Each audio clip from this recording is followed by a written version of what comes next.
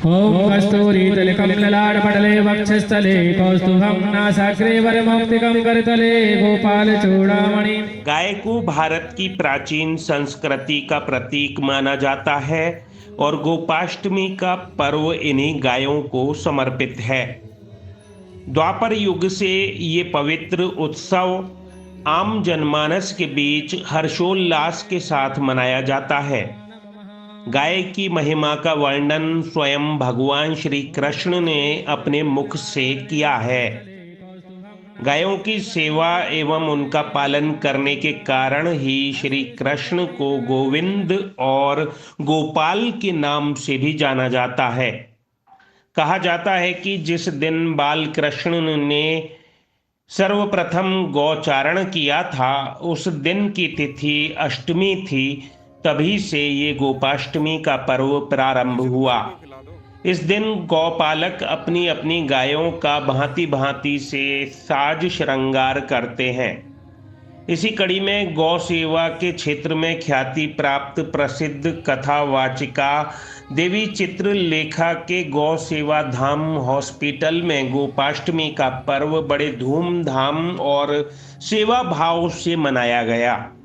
सूर्योदय के साथ ही दूर दराज अन्य राज्यों से पधारे गौ भक्तों ने देवी चित्रलेखा के साथ भजन कीर्तन हवन और गौ माता का पूजन किया।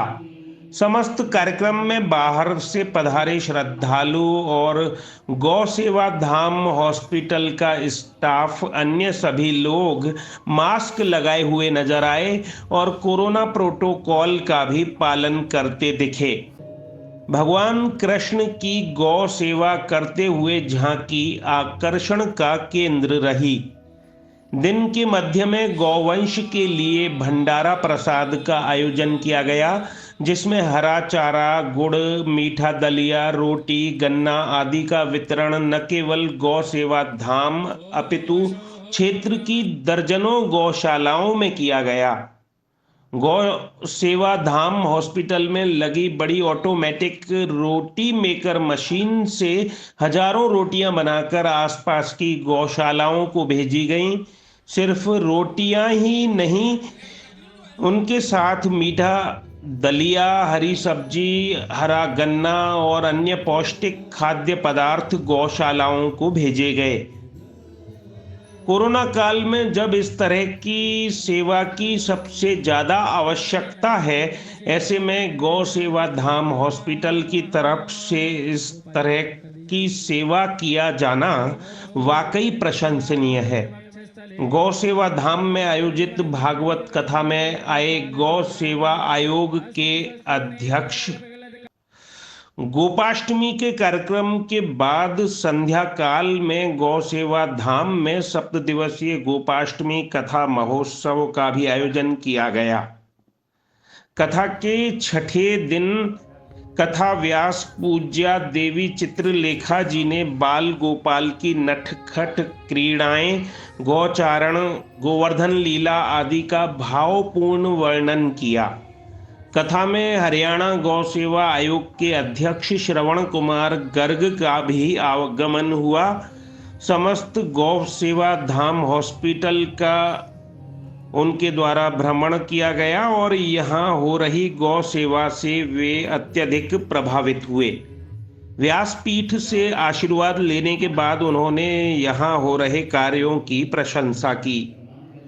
उन्होंने कहा कि जिस स्थान पर गाय निर्भय होकर सांस लेती है, वो स्थान अत्यधिक पवित्र और पुण्यवान होता है।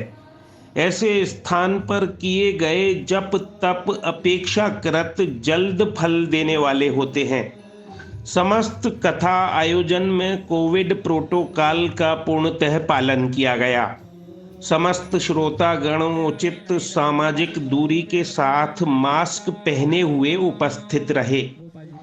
विदित रहे कि गौ सेवा धाम हॉस्पिटल में बीमार, लाचार, असहाय और दुर्घटनाग्रस्त गौवंश का निःशुल्क उपचार किया जाता है। यहाँ अत्याधुनिक आधुनिक मशीन लिफ्ट युक्त एम्बुलेंस, गायों को उनकी बीमारी के अनुसार रखने के लिए अलग अलग वार्ड, प्रशिक्षित चिकित्सक, कुशल गौ सेवक, अत्याधुनिक मेडिकल उपकरण आदि की पूर्ण सुविधा है, जो कि यहाँ की चिकित्सा सुविधा को कहीं बेहतर बनाती है। इन्हीं कारणों से गौ सेवा धाम हॉस्पिटल न सिर्फ क्षेत्र में अपितु संपूर्ण देश और विदेश में भी जाना जाता है।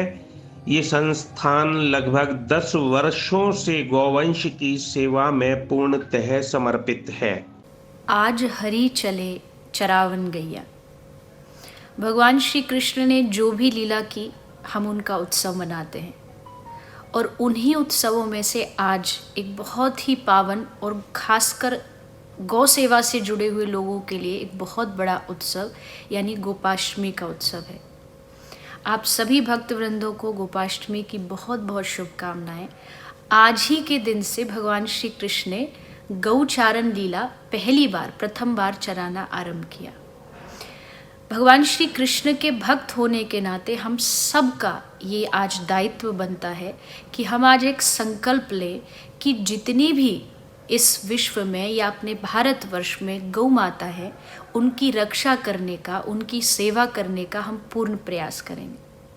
मुझे लगता है कि ऐसा भाव, ऐसा संकल्प जब आप अपने हृदय में प्रकट करोगे तो श्री ठाकुर जी आपसे खूब प्रसन्न होंगे।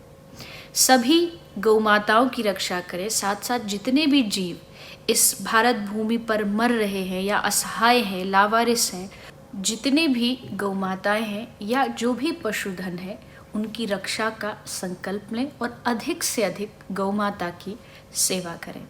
आप सभी को गोपाष्टमी की हार्दिक शुभकामनाएं। जय श्री कृष्ण, जय गौ माता।